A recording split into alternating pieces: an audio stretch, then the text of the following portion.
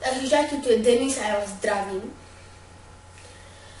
Toto je prvý vlog, ktorý je u mňa doma. A ja si myslím, ja si nemyslím, vlastne dá sa povedať, že ani nemyslím. Takže tu vidíte časť mojej detskej izby. Tu budú sedieť hostia, ako určite viete. Napríklad môj debilný kamarát David, ktorého na mojom rukou obrázok vidíte práve asi teraz. Áno, myslím, že to je on. Potom môj kamarát Erik, asi teraz ho vidíte. Myslím, že to je tiež on. Potom myslím, že to bude asi aj Alex. Ale to bude tiež on. A vlog bude veľmi zábavný. Neviem ako pre vás. Tu je moje ďalšie Bob Orland tričko. Žlté. Taký mám ešte červené, ale neviem kde. Kašľame na to. Chcel by som vám ukázať, ako približne budem vyzerať na Halloweene, ktoré je v našej škole.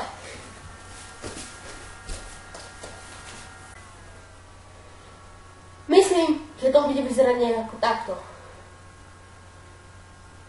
Ale v veci. Musím priznať, že v tom horúco. Chuj, no nič.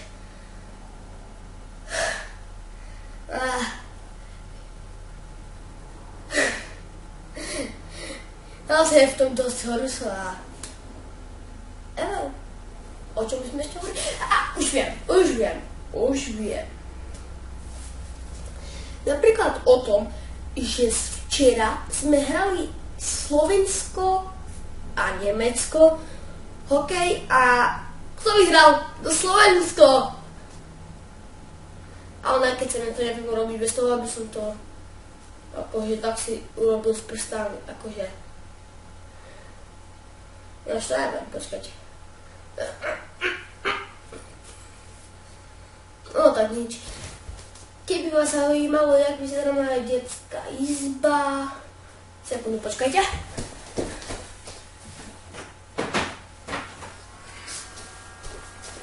Áno, teraz môžeme. Toto tu si nevšimajte, to si nevšimajte. Potom takto, tam je môj stôl, kde budem natáčať LP. Tu sú knižky aj dajaké, tam sú dvere, moja taška je tam, vlastne, vidíte tu Nike tašku, to je na Kickbox a shit.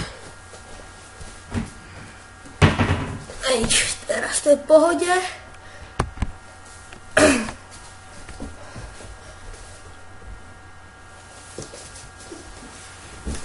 To je asi moja detská izba.